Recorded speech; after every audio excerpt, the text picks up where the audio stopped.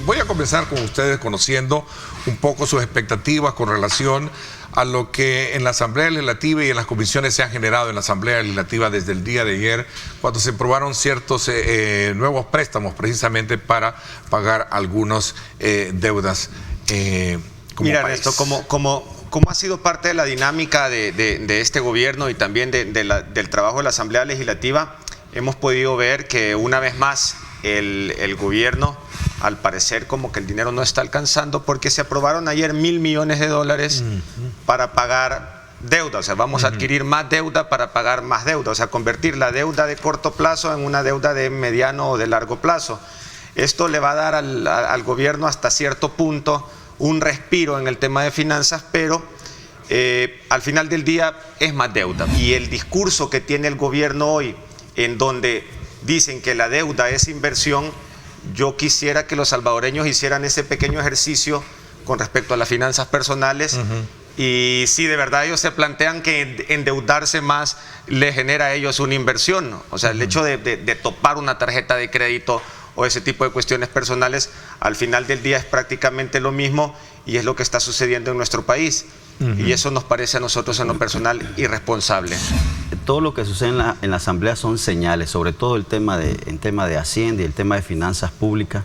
Creo que son señales, como dice el diputado, sobre el estado real de las finanzas públicas. Por ahí anduvo circulando un cuadro en donde realmente se evidenciaba el nivel de deuda que habían tenido gobiernos anteriores con respecto a este gobierno, y se ve que la diferencia es drástica, pues, es decir, la diferencia con respecto al nivel de endeudamiento de este gobierno es muy marcada con respecto a los gobiernos, por ejemplo, los gobiernos del FMLN 10 años atrás. Entonces, sin duda, algo está sucediendo, y el problema es que la información el pueblo salvadoreño no la tiene completa, pero algo está sucediendo en las finanzas públicas que no nos está permitiendo realmente tener políticas responsables con respecto a Hacienda y a temas de endeudamiento. Este endeudamiento que estamos viendo que está haciendo el gobierno, sin duda algún día, por supuesto que se va a pagar, pero sin duda ya no va a haber espacio para ir cambiando, por ejemplo, la deuda a corto plazo, porque seguramente ese es el movimiento que hacen, ¿no? Para tratar de evadir el pago inmediato que van a hacer de la deuda, prefieren esperarse unos 8 meses para pagarla, y eso les da, como dice el diputado Reyes, un poco de respiro, ¿no? Un poco de solvencia para ir ejecutando, ir pagando algunas cosas regulares del presupuesto. Entonces, que los salvadoreños siempre se hagan la pregunta que si esta medida, como la de reducción de municipios, les va a venir a ellos a beneficiar directamente. Yo creo que eso es una parte principal que los salvadoreños se deben de preguntar. ¿Pero por qué? Porque al final del día el discurso que nosotros escuchamos por parte del oficialismo o por parte de Nuevas Ideas es que esta medida viene, digamos, a reducir el gasto público y a generar una mejor administración de las municipalidades. Ese es el discurso que te dicen ellos. Pero si alguien nos puede dar un ejemplo de una mala administración de las municipalidades, pues es Nuevas Ideas. Eso es lo que sucede, y podemos poner todos los ejemplos del mundo sobre las alcaldías que hoy están con señalamientos, como la de Soyapango, como la de Mexicanos, como la de Apopa, y así muchas más en el interior del país, que no han podido solucionar esas necesidades básicas que tiene la población dentro de sus municipios, en donde el alcalde es esa autoridad inmediata que resuelve la problemática de los ciudadanos. Sí. Y esta medida o esta ley que se aprueba de la reducción de municipios tendría que ir enfocada sobre todo a la capacidad que va a tener las municipalidades para gestionar obras. Yo creo que esa hubiese sido el meollo de toda la discusión, pero al final del día pues vimos un debate que lo único que se generaba, y que eran contradictorias las mismas posturas que tenían ellos sobre la reducción del gasto público, decían ellos. hemos visto cómo el sentido de la política, el desarrollo local, hoy se ha perdido. Es decir, a través de la creación de la DOM y ahora sobre todo con la, digamos, la absorción que se va a hacer ahora de los municipios, yo pregunto, en realidad, ¿quién va a conocer las necesidades de todos esos lugares escondidos que tenemos en El Salvador, de todas esas comunidades, de todos esos cantones? No los conocía nadie mejor que los consejos municipales, porque los consejos municipales estaban conformados justamente por representantes de estos sitios. Ahora... pero estos continúan, entiendo. A ver, puede ser que en los distritos van a continuar, pero la visión ahora ya no es descentralizar, sino que es centralizar. En realidad todos sabemos que las elecciones empiezan justamente incluso con la campaña anticipada. Entonces, a mí me causa una gran curiosidad que básicamente, si nosotros sacamos los días de aquí a diciembre, estamos hablando de 180 días. Es decir, faltan 180 días para diciembre y me causa una gran curiosidad que a 180 días para las elecciones, porque yo considero que las elecciones empiezan cuando empiezan a hacer campaña, no el día de la elección, pues ese es el día que uno emite el voto, pero ya antes, que el tribunal no haya reaccionado de una manera acorde a esa semejante modificación que han hecho de los municipios. Yo estoy muy de acuerdo que el tema de la reducción del gasto público hay que hacer, la masa esa, la grasa que hay en el Estado hay que reducirla, pero no se puede, abusando de los poderes, abusando de ese poder absoluto que tienen, destruir la normativa que teníamos antes de que no se permitía hacer ninguna modificación al tema electoral un año antes. Entonces, del día de la aprobación en el pleno de la sesión plenaria, vimos cómo ellos hicieron cambios a última hora, diciendo de que un municipio que lo habían puesto en la zona norte lo quiero poner ahora en la zona central y ahora no saben qué, mejor pónganlo nuevamente en la zona norte. Pero ¿con base a qué criterios?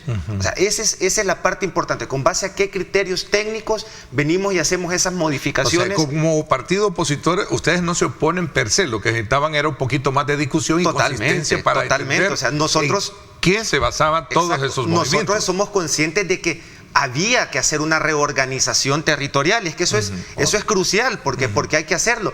Pero antes de eso también hay pasos previos. Por ejemplo, nosotros tendríamos que haber tenido un censo poblacional, por ejemplo, para hablar sobre el tema de la reducción de los diputados y para hablar sobre el tema de la reducción de los municipios. ¿Por qué? Porque tenemos que tener una base sobre lo que se gobierna. Y mi pregunta es, ¿hay algún estudio técnico real? Es decir, ¿qué capacidad de participación tuvieron incluso los consejos municipales actuales para realizar este estudio? Porque ellos conocen su territorio.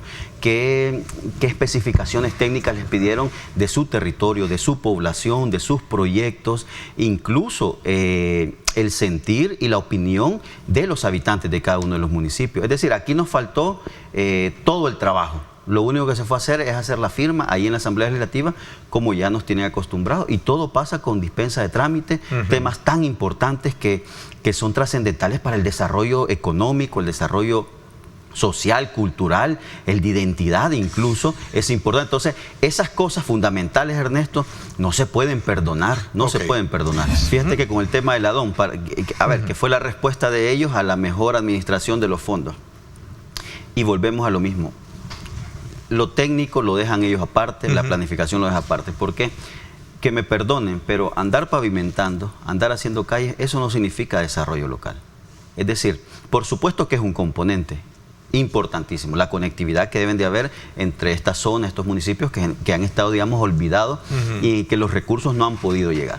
Pero lo que hace la DOM no es aumentar el desarrollo local, no es eficientizar los fondos públicos. A mí me parece que la DOM es un instrumento electoral, sin duda alguna. Es un instrumento electoral que lo han estado utilizando. Es más, hasta se ha quedado también sin fondos la DOM y es por eso que vemos, por ahí vimos en Apopa, en Nejapa, calles y proyectos abandonados que llevan muchos meses. Me preocupa porque los municipios, sobre todo estos pequeños de Oriente y de Occidente, que es donde tenemos los famosos estos 50 municipios con pobreza extrema, están resintiendo que el desarrollo local ha sido suspendido, ha sido detenido porque la DOM no logra satisfacer las necesidades de estos. El tema de la DOM, por ejemplo, es un tema en donde nosotros podemos observar cómo la centralización de las obras municipales hasta cierto punto no es tan viable, porque al final del día lo que se debe de buscar en este tipo de acciones es el hecho de poder integrar el desarrollo a todos los territorios a nivel nacional e integrar a las personas también a que sean parte de este desarrollo. Si estamos hablando en tema de educación, el tema de salud, estamos hablando también en todos los aspectos que a la gente le viene a facilitar su modo de vida. Pero ¿qué sucede con el tema de la DOM? Hemos visto cómo la misma institución no ha podido desarrollar completamente el presupuesto que se le dio. Entonces, si no estás ejecutando completamente el presupuesto que se te ha dado, significa que no estás siendo eficiente en el trabajo que estás realizando. Con la centralización del poder y sobre todo con la reorganización de estos municipios, vemos cómo se vuelve más engorroso el tema de poder llevar desarrollo a las comunidades, sobre todo aquellas que están más apartadas del país, o sea, están más apartadas de la capital. ¿Y cuál es el problema? Porque hoy las comunidades primero van a tener que, mira el orden que tienen que llevar para poder gestionar un proyecto. Primero las comunidades tienen que gestionar el proyecto. Después las comunidades se lo van a tener que pasar al jefe de distrito. Después el jefe de distrito se la va a tener que llevar a quien es su jefe, que es el alcalde de este supramunicipio. Luego después el alcalde se lo va a tener que llevar a quien es su jefe, que es la Dirección de Obras Municipales.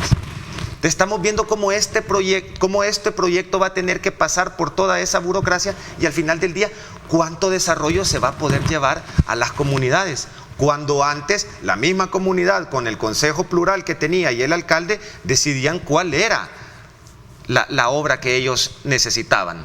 Claro, decían unos, es que el tema de la corrupción que existía en las municipalidades, totalmente, si igual hay corrupción en estas municipalidades actualmente y el partido oficialista Nuevas Ideas gobierna el 60% de esas municipalidades. Si es que lo que nosotros teníamos que hacer es mejorar los mecanismos de transparencia del uso de los fondos públicos y también mejorar los mecanismos de fiscalización de los fondos públicos. De hecho, ¿por qué se les quita el FODES? El presidente, cuando andaba en campaña antes de ser presidente de la República, no habló de quitar el FODES, habló de incrementar el FODES, ¿ya? Y como vimos después, como el hecho de reducir el FODES de un 8% a un 1.5% fue una estrategia electoral que se utilizó para poder quebrar las alcaldías, ¿sí? Para poder quebrar las alcaldías y bajo esa necesidad y esa incertidumbre que tenían la gente dentro de sus municipios, poder aprovecharlo a ellos de carácter electoral. O sea, si nosotros tenemos alcaldes que están siendo procesados es porque la ley se estaba aplicando en su momento de la mejor manera. Yo creo que el impacto de eso lo podemos medir en la medida que se apliquen las leyes, pero te pongo un ejemplo. Antes teníamos la ley LACAP, por ejemplo, que te daba todos los procesos que tú tenías que hacer para el tema de contratación pública, que lo hacían todas las instituciones del Estado. Hoy tenemos una ley de compras públicas que se creó nueva y vino a quitarlo de la ley LACAP. Pero en esta ley de compras públicas estamos viendo situaciones, por ejemplo, en donde hoy los funcionarios públicos van a poder ser licitantes de gobierno. Cuando eso antes era ilegal y en todos los países eso es ilegal porque hay un conflicto de intereses completo. Estamos viendo también cómo hoy con la nueva creación de esta institución que se llama Ente, por ejemplo, ellos se van a poder saltar la nueva ley de compras públicas para poder hacer ciertos procesos. Entonces estamos viendo cómo las leyes que se están creando hoy están facilitando incluso los mismos temas de actos de corrupción o que se puedan dar esos actos de corrupción. O sea, claramente en el pasado y en el presente hay corrupción. Lo que nosotros tenemos que hacer es fiscalizar y crear las instituciones necesarias para que sean más fuertes y contundentes a la hora de la investigación y de la fiscalización. A ver, la gente debe entender que ese dinero es el del bolsillo de ellos, es el tuyo, Ernesto, es el de todos los trabajadores, no todos los salarios. Es correcto. Sí, de acuerdo, entonces nosotros debemos de ser celosos en el manejo. Si no se fue celoso en el manejo de los fondos públicos en el pasado, pues hoy tenemos que hacerlo mejor. Pero lo que se está viviendo en este momento no es mejor. Sin duda hay muchos más portales, por supuesto abiertos, para que se cometan actos de corrupción. No es posible que nuestro último censo haya sido como en 2007, como ya dijimos. Tomado como punto de referencia el 2007, que creo que fue el último, ¿no? Porque nuestra población, no sé cuántos habíamos, nuestra población ha crecido. Es decir, no es lo mismo gobernar 5 millones de habitantes que gobernar 7 millones. No es lo mismo. Y lo tienes que ver así, son 2 millones de problemas más que tienes que resolver. Porque cada individuo representa también necesidades, representa necesidad de agua, representa necesidad de energía eléctrica, representa necesidad de conectividad, de estudio, de trabajo. Es decir, no puedes tomar esas decisiones con solo la intención de centralizar tu poder, sino que realmente ver en qué función esto va a beneficiar, como repito, que me parece fundamental para los países, sobre todo para los países subdesarrollados como nosotros, encontrar al fin y al cabo el desarrollo local, que es lo que se venía haciendo. Es decir, en ir aumentando poco a poco la descentralización incluso de todos los servicios. Y se perdió, con esto se pierde. Se ha perdido totalmente, se ha perdido. Si antes era difícil poder hacer la labor de un alcalde, hoy te imaginas cómo se puede hacer la labor cuando reorganizás o cuando reducís los municipios y los pones en uno solo, la labor incluso de 5, de 6 o hasta 10 alcaldes para poder satisfacer las necesidades de la población. Entonces yo creo que esa es la parte muy importante que vamos a tener que ver qué resultado va a tener al final del día, pero lo que se nos ha dicho en la historia es que la centralización nunca da buenos resultados. Ok, si es que nadie se opone al estudio o al tema de la reducción de los diputados, nos oponemos nuevamente a la forma de cómo se hace este tipo de medidas. ¿Por qué?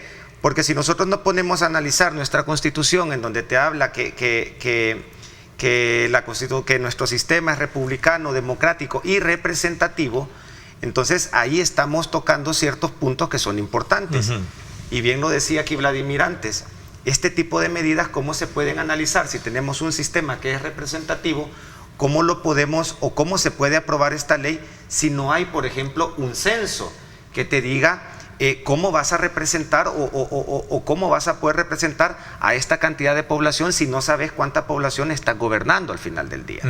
Estamos los 6, 7 millones de salvadoreños estamos de acuerdo en que la Asamblea Legislativa hay un mecanismo perverso de corrupción en donde el dinero del pueblo como que fuera un bolsillo roto, sale y sale, porque la gente, yo no sé si sabe, pero la gente por diputado, el pueblo salvadoreño está erogando cerca de 15, 19 mil dólares. Eso nos cuesta a nosotros. Entonces, ¿para qué ese gasto? Es decir, ¿por qué les estamos pagando nosotros sus comunicaciones, su combustible, su seguridad y cosas que digamos, podrían ser invertidas en mejores temas? Pero con esto quiero decir de que se puede gobernar este país desde la Asamblea Legislativa con una adecuación correcta en la Asamblea Legislativa. El hecho de reducir diputados, que todos sabemos cuando hablamos bajo el discurso de que se reduce ese gasto público, yo creo que todos estaríamos en total sintonía, porque ¿para qué seguir gastando más cuando te das cuenta que la población tiene una apreciación con el tema de los diputados que no es positivo? Entonces, al final del día, si querías reducir el gasto público, yo se los he dicho dentro de las sesiones plenarias, es primero porque no empiezan cumpliendo con las promesas que hicieron durante la campaña. Pero el fondo sigue siendo siempre el tema de la concentración de poder y sacar ventaja electoral. Pero ¿a qué me refiero con esto? El tema de la reducción de diputados, que si es 60, que si es 30, que si es 40 o es 50, eso es irrelevante porque eso tendría que ser en base a un estudio técnico y sustentado por un tema de un censo nacional. Pero ¿qué es lo que sucede? Lo que se cambió en realidad es la fórmula electoral. Eso es lo que se cambió al final del día y es lo importante. ¿Por qué? Porque esto le genera la ventaja electoral a ellos, no la reducción de diputados. Ya se está manejando también este tipo de... Y perdón un poco que haga el quiebre y en esto, ¿no? Pero porque en realidad nosotros como partido... ¿Cómo están como partido viendo esos... diagramando el escenario legislativo y también el de cuadros municipales? Como partido nosotros estamos en el proceso de inscripciones, en donde todos nuestros militantes tienen el derecho de poder inscribirse y de poder participar. Obviamente tienen que cumplir con los requisitos que nos pide la ley y pide el mismo instituto político y están en el derecho de poder participar. En cualquiera de las opciones que ellos se planteen o crean que pueden. Igual. Yo sí aplaudo personalmente todas las expresiones que puedan salir para ir mostrando interés, ¿verdad? Alguna precandidatura o candidatura presidencial. Yo creo que hoy más que nunca el pueblo salvadoreño se merece realmente dar un giro en lo que se está viviendo. Y en ese sentido, pues hemos visto, al Chino Flores, al amigo que ya lanzó su precandidatura dentro de nuestro partido, y las otras expresiones que tú también has dicho. Yo creo que es importantísimo que a la población ahora se le pueda presentar realmente algo programático para este país. Es decir, necesitamos un giro, necesitamos, no necesariamente, no quiero utilizar la palabra regresar o volver al pasado, sino que necesitamos realmente recuperar el nivel de democracia que teníamos, el nivel de gestión que se tenía. Yo creo que el pueblo salvadoreño debe de estar preparado para escuchar nuevas opciones, y yo creo que se merece hoy más que nunca nuevas opciones, porque no podemos seguir tal como estamos. Por ejemplo, y lo decía también, por ejemplo, la precandidatura del Chino, la candidatura del FMLN, representa justamente eso, un nuevo paradigma para poder gobernar a este país, para gobernar a este pueblo, porque no se puede, y yo este comentario lo hago en el sentido, a lo mejor tú vas a tocar el tema un poco más adelante, en el sentido del tema que se manejaba, una candidatura única, ¿no?, de la oposición. De hecho, nuestra convención del año pasado nos mandató a todos los militantes y a todos los miembros del FMLN y a los compañeros dirigentes a que no podíamos hacer nosotros alianzas electorales ni coaliciones con partidos de derecha como son Nuevas Ideas, Arena y Gana. Porque en el entendido, por ejemplo, y sobre todo hacíamos como un entre comillas con partidos que estuviesen apoyando la reelección presidencial, porque nos parece a nosotros, eso para nosotros es un semáforo rojo. Pero mira, no era necesario incluso ese mandato de la convención, nuestros estatutos lo dicen, nosotros somos un partido de izquierda, revolucionario, socialista, democrático, entonces no podemos compartir, digamos, un proyecto, algo programático con sectores de derecha. Sí. Bueno, se habla mucho de un acercamiento con Arena, del empresario Joel Sánchez.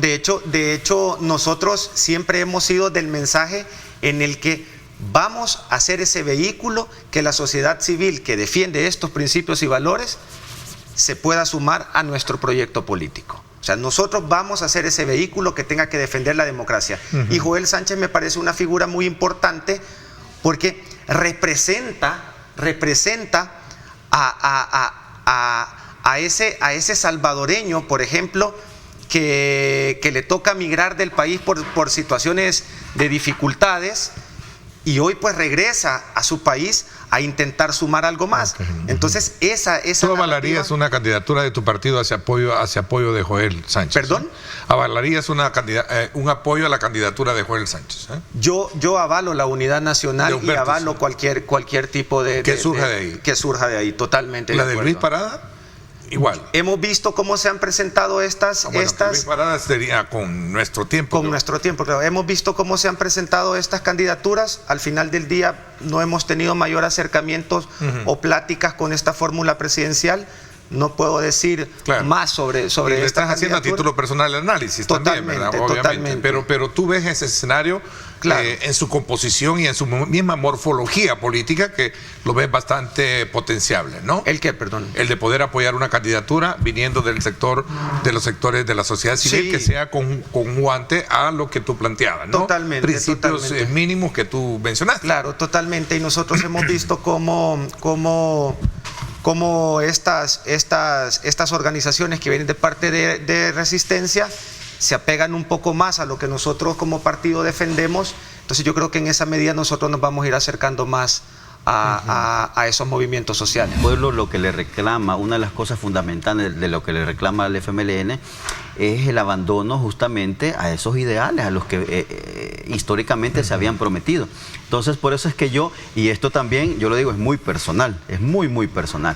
Por eso es que yo jamás estaría de acuerdo en compartir intereses con sectores de derecha, con sectores de la oligarquía, con sectores incluso empresariales que le han hecho mucho daño a este país y que el pueblo salvadoreño se resintió y esperó en los gobiernos del FMLN un cambio drástico en esa relación, en la relación que había entre el poder y el pueblo salvadoreño. Entonces, es por eso que nosotros, la ruta la tenemos muy marcadita. Si lo que nosotros necesitamos hacer es recomponer lo que justamente la población nos ha estado diciendo que recompongamos. Entonces, por eso te digo que en el FMLN se van a ir dando los acontecimientos según la ley los esté estipulando en su fecha, y vamos a esperar, por supuesto, expresiones de la sociedad civil, expresiones del movimiento social, que tenemos el apoyo de Nadie es Desconocido, que también un grupo importante dentro del FMLN proviene justamente de sindicatos, de organizaciones, de la sociedad civil,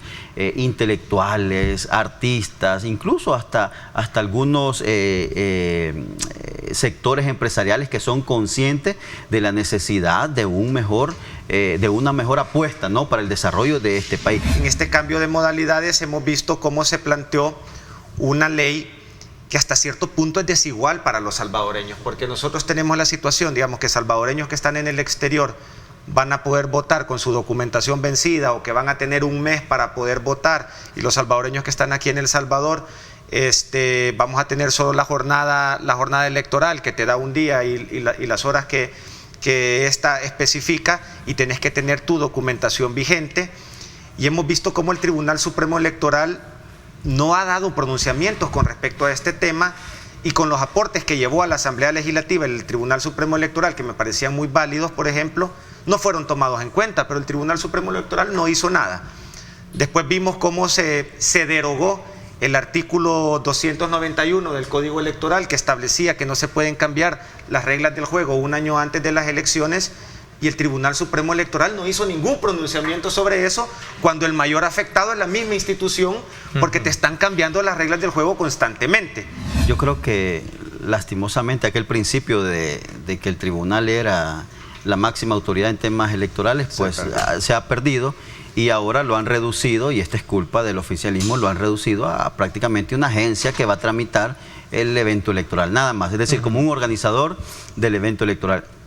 Eso es preocupante en esta democracia, es decir, para los amigos que a veces se les olvida o no lo recuerdan, el tribunal es fruto incluso de los acuerdos de paz, y es una de las instituciones más importantes que se crearon a partir de 1992, y restarle a ellos todas estas facultades que poco a poco le han ido restando, y sin que el tribunal o una vocería importante de ellos diga algo sobre todo lo que está sucediendo, es preocupante.